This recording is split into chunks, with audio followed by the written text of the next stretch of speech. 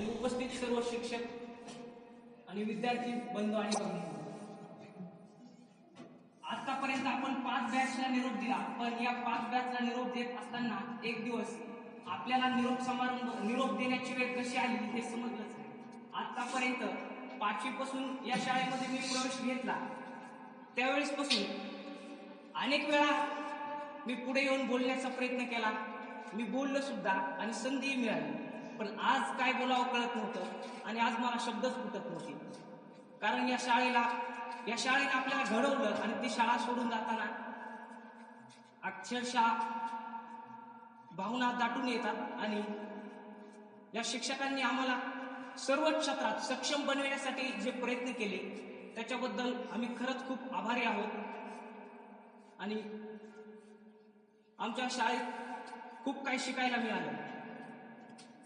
Chhatrapati Shivaji Maharaj, doctor Babasaheb Ambedkar, Mahatma Phule, Shahu Maharaj, Edison, Galileo यांसारख्या थोर आणि महामानवाची ओळख सुद्धा आम्हाला याच शाळेकडून मिळाली.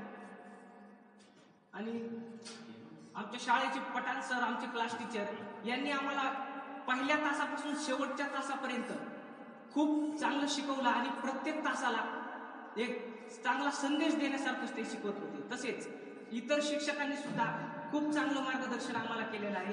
माणूस कितीही व्यक्ती कितीही मोठी होऊ द्या, पण गुरूंनी केलेलं मार्गदर्शन हे त्याला कुठपर्यंतही पोहोचू द्या, पण त्याला उपयोगी पडत असतं.